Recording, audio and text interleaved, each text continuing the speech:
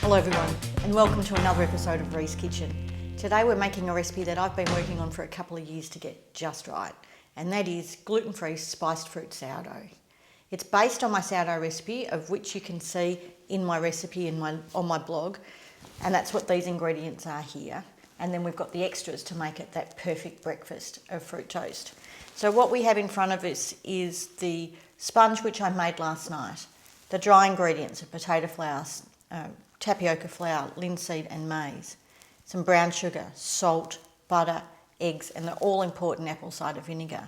And then to make it into a spiced fruit loaf, we have some dried cloves, cinnamon, nutmeg, mixed spice, xanthan gum. It needs that little bit of extra help for the rise because of all the fruit.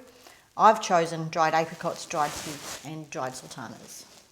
One of the special features of artisan fruit toast is the nice big chunky pieces of fruit. And so that's what we want to do today.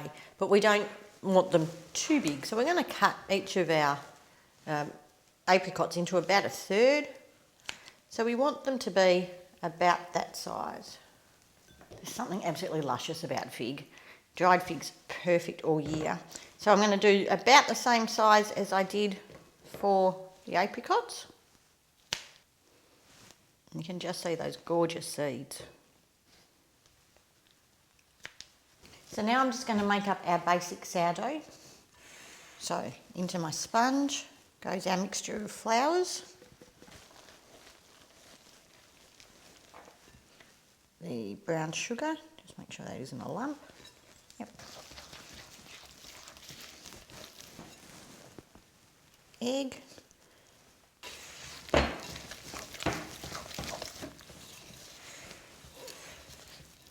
Salt. A softened butter, which sometimes you have to work a bit hard to get to blend through. That's going to be fine.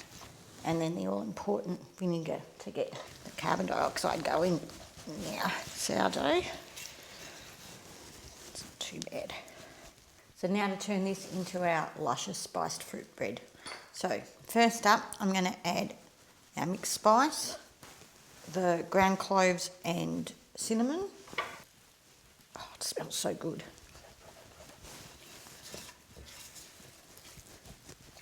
And I'm going to grind in my nutmeg. Now I'm adding some xanthan gum, which I don't in normal sourdough, but the weight of all that fruit, you just need a little help to keep this, when it rises up, to stay risen. Otherwise you end up with a slightly squishier loaf. And so now we toss through our fruit. If you prefer raisins or currants, of course you can add them. And as you can see, what I have now is quite a stiff batter. As with our regular sourdough, we're going to be using a good solid bread tin. So the heavier weighted tin you get, the better crust you get and the more even cooking that you get. And this is quite a good solid one. I'm just going to use a little bit of softened butter and just grease my tin. They can stick, so take time to do a good job in this bit, and there'll be less tears at the end.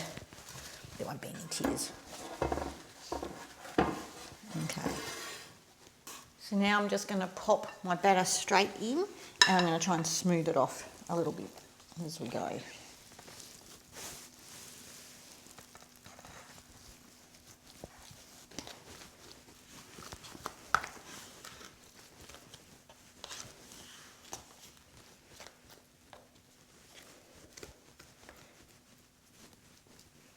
Now our tin needs to sit in a nice warm spot for an hour to an hour and a half to let it prove and rise. I would hope that it would rise to close to the top of the tin.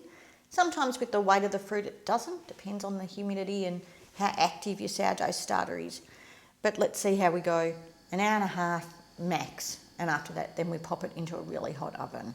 But let's just pop it away to prove. Time for a cuppa in the meantime.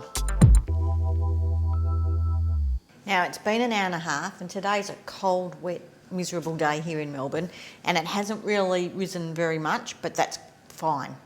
Don't want to leave it any longer, otherwise it just dries out.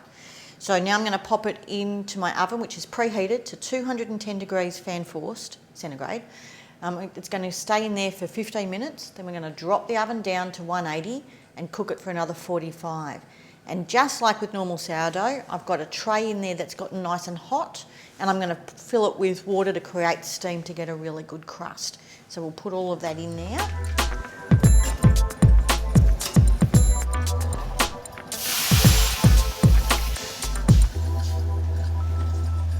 My kitchen smells absolutely amazing. Let's have a look. Oh, look at that. I can tell that it's going to come away from the tin. As I jiggle it, it's just going to come on out. I'm going to let that cool in the tin, like all good gluten-free, just until the tin's touchable with my bare hands. Then pop it on the tray. We really do need to let this go completely cold before we cut it. As always, the worst bit is in the waiting. And you can see that it has risen up in the tin, as I wasn't so worried that it didn't appear to rise much when I was proving it. It's nice and toasty in there. It's still hot. Oh, it smells so good.